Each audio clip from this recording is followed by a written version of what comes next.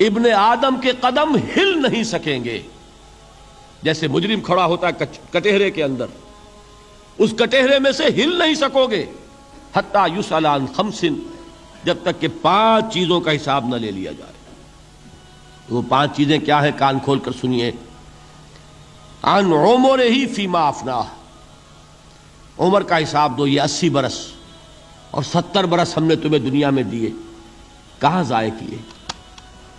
وعن شبابہ فیما ابلاہ، اور خاص طور پر جوانی کا دور، امنگوں کے دن، ولولے ہوتے ہیں، قوت ہوتی ہے، توانائی ہوتی ہے، آدمی چلتے ہوئے زمین پر پاؤں مارتا ہے، قوت جو ہے وہ اپنا اظہار چاہتی ہے. یہ جوانی کہاں گلائی؟ حساب دو، ایک ایک لمحے کا حساب دو.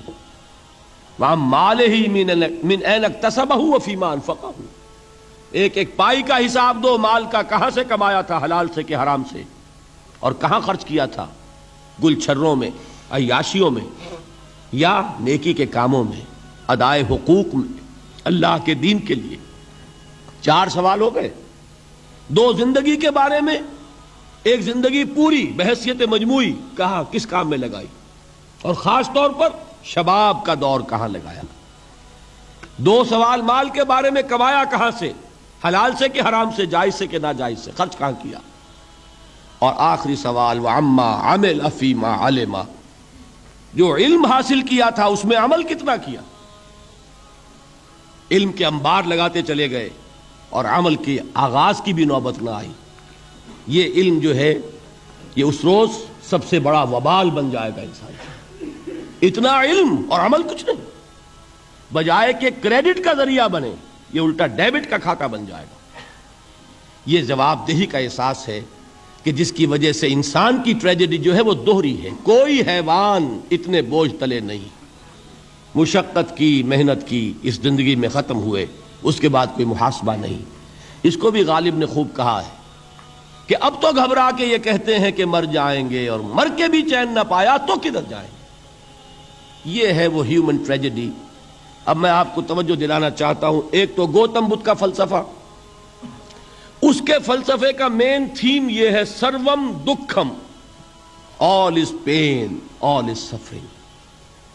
اور اس نے جو بھی اپنی محنت کی یہ تو اللہ ہی بہتر جانتا ہے کہ اسے بعد میں ملا کیا اور کیا نہیں ملا. ایک بات آپ سے عرض کر دوں، گوتم بدھ کے بارے میں ایک بہت جید عالم، میرے نزدیک بر صغیر پاک و ہند کے علماء میں جو اس صدی کے علماء ہیں ان میں ان کا بہت اونچا مقام ہے، مولانا مناظر احسن گیلانی رحمت اللہ علیہ. گیلان قصبہ ہے ایک بہار کا، وہاں کے رہنے والے تھے. ان کی زندگی زیادہ گزری حیدرآباد دکن میں، عثمانیہ یونیورسٹی میں استاد رہے. انہوں نے گوتم بدھ کے بارے میں یہ لکھا ہے کہ میرا یہ گمان ہے کہ وہ بھی اللہ کے نبی تھے، اور اس کی دلیل دی ہے. قرآن مجید میں ایک رسول کا ذکر آتا ہے ذل کفل، اور یہ ذل کفل وہ ہے جس کے بارے میں ہمیں کچھ پتہ نہیں. قرآن مجید میں بھی ایک جگہ ذکر آیا ہے. نمبر 2 یہ کہ کسی حدیث میں اس کی کوئی ہمیں وضاحت نہیں ملتی، نہ حضور سے پوچھا گیا نہ حضور نے اس کی وضاحت فرمائی. اب یہ ذل کفل ہے کون؟ تورات میں جو نبیوں کے نام آتے ہیں ان میں سے کسی نبی کا نام ذل کفل کے آس پاس نہیں بنتا کہ یہ سمجھا جائے کہ یہ اس نام کی بگڑی ہوئی یا بدلی ہوئی شکل بن گئی ہے. تو انہوں نے جو کہا ہے وہ بات وزنی معلوم ہوتی ہے اس اعتبار سے کہ کپل وستو، کپل پے جو ہے وہ عربی میں ہے نہیں، وہ فے بنتی ہے. تو ذل کفل کے معنی کفل والا، اور یہ کفل جو ہے کپل، کپل والا، جس کو ہم کہتے ہیں کپل وستو کا شہزادہ.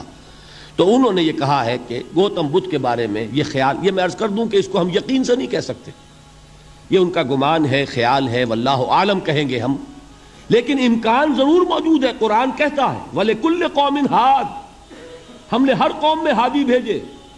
وَإِن مِّن قَرْيَةٍ إِلَّا خَلَا فِيهَا نَذِيرٌ، کوئی بستی ایسی نہیں دنیا میں جس میں کوئی نہ کوئی خبردار کرنے والا نہ آیا ہو. تو یہ ممکن نہیں ہے کہ وہاں نبی نہ آئے ہوں، لیکن ان کی تعلیمات اتنی بدل گئی ہیں کہ ہم ان کو پہچان نہیں سکتے. حضرت مسیح علیہ السلام کی تعلیمات اگر عیسائیوں سے ہم سمجھیں تو کبھی بھی انہیں اللہ کا نبی نہیں مان سکتے. یہ تو قرآن مجید نے آ کر حضرت مسیح علیہ السلام کی اصل حقیقت ہمیں بتائی، ورنہ تو خدا کا بیٹا